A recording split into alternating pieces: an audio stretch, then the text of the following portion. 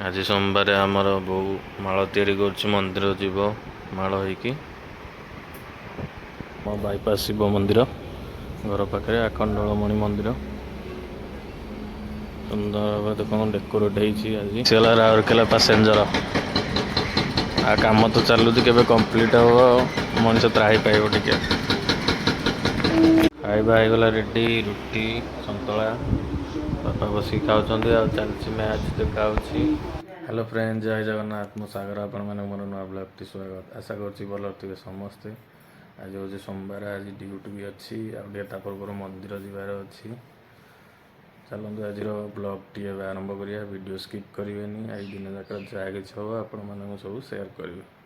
ସୋମବାର ଦିନର ପାଗ ଆଜିର ପୁରା ଖରା ମାଡ଼ି ଆସିଲାଣି 8ଟା ବେଳୁ। ଚଢ଼େଇ ମାନେ କିଚିରି ମିଚିରି ହେଉଛନ୍ତି। ଆଉ ଦେଖନ୍ତୁ ମୋ ଗାଡ଼ି ରହିଲା, ଏବେ ମନ୍ଦିର ଯିବାର ଅଛି ଆଜି ସୋମବାର। ପୁରା ଖରା ମାଡ଼ି ଆସିଲା, ପ୍ରବଳ ଖରା ଆଜି ହେବ ଲାଗୁଛି ତ।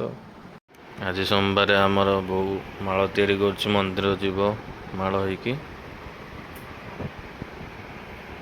ସବୁ ଫୁଲ, ମନ୍ଦାର ଫୁଲ, ଟଗର ଫୁଲ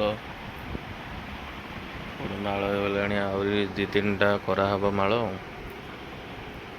କେତେ ମାଳ ଦେଖନ୍ତୁ ହେଇଗଲାଣି, ବୋଉ କରିଦେଲାଣି ତିଆରି। ମନ୍ଦିର ନେଇକି ଯିବି।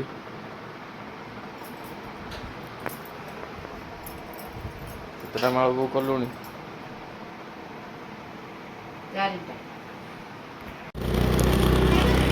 ତ ସାଙ୍ଗମାନେ ମୁଁ ରେଡ଼ି ହେଇକି ବର୍ତ୍ତମାନ ବାହାରି ଗଲି, ଯାଉଛି ଏବେ ମନ୍ଦିର ରାସ୍ତା ଉପରେ ଅଛି। ଦେଖନ୍ତୁ ନଡ଼ିଆ କଦଳୀ ସବୁ ରେଡ଼ି।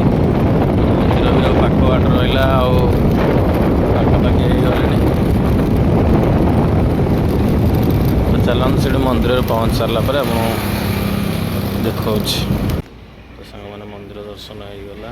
ଆଜି ଦେଖନ୍ତୁ ଆମ ବାଇପାସ୍ ଶିବ ମନ୍ଦିର ଘର ପାଖରେ ଆଖଣ୍ଡଳମଣି ମନ୍ଦିର ସୁନ୍ଦର ଭାବରେ ଦେଖନ୍ତୁ ଡେକୋରେଟ୍ ହେଇଛି। ଆଜି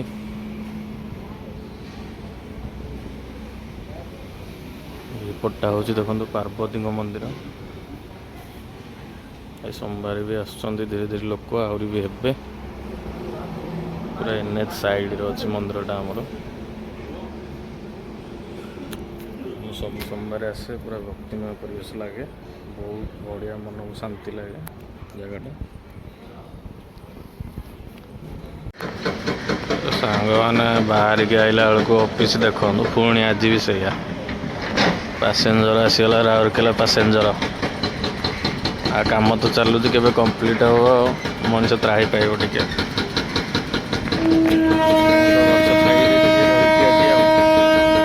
ଖରା ହେଲାଣି, ରହି ହେବନି ଆଜି। ସକାଳ 9ଟାରୁ ପୁରା ଜୋରଦାରିଆ ଖରା ହେଲାଣି।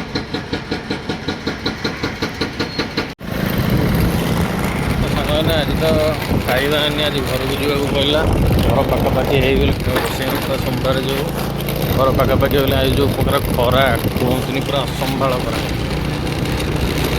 ସାଙ୍ଗମାନେ ଆଜିର ଖାଇବା ହେଉଛି ଅରୁଆ ଭାତ ସୋମବାର, ଆଉ ଡାଲି ହେଇଛି, ଭେଣ୍ଡି ଆଳୁ ଭଜା, ତାପରେ ଆମ୍ବ ବୋଉ କାଟୁଛି।